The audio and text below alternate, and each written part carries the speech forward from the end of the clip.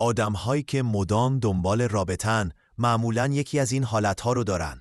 وابستگی هیجانی، نیاز شدید به تایید، فرار از مواجهه با خودشون یا فقط هیجان طلبی.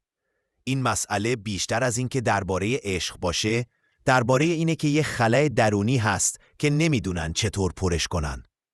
روانشناسی میگه این رفتارها معمولاً ریشه در چند چیز دارن: وابستگی عاطفی، تایید طلبی و عزت نفس پایین، فرار از افکار و تنهایی و یادگیری الگوهای غلط در کودکی، هیجانجویی و نیاز فوری به لذت.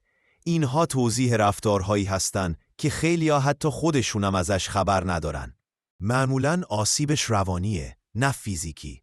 فرسودگی عاطفی، پایین رفتن عزت نفس، انتخاب رابطه‌های ناسالم، وابستگی افراطی و نادیده گرفتن نیازهای واقعیشون. این چرخه کم کم فرد رو خسته و خالی میکنه، چون رابطه تبدیل به درمان موقت میشه، نه چیزی سالم. این افراد بیمار هستن و هر بیماری هم درمانی داره. روان درمانی کار روی عزت نفس، یادگیری استقلال هیجانی، مواجهه تدریجی با تنهایی و اصلاح باورهای فانتزی درباره رابطه. درسته که تغییر زمان میبره، ولی ممکنه.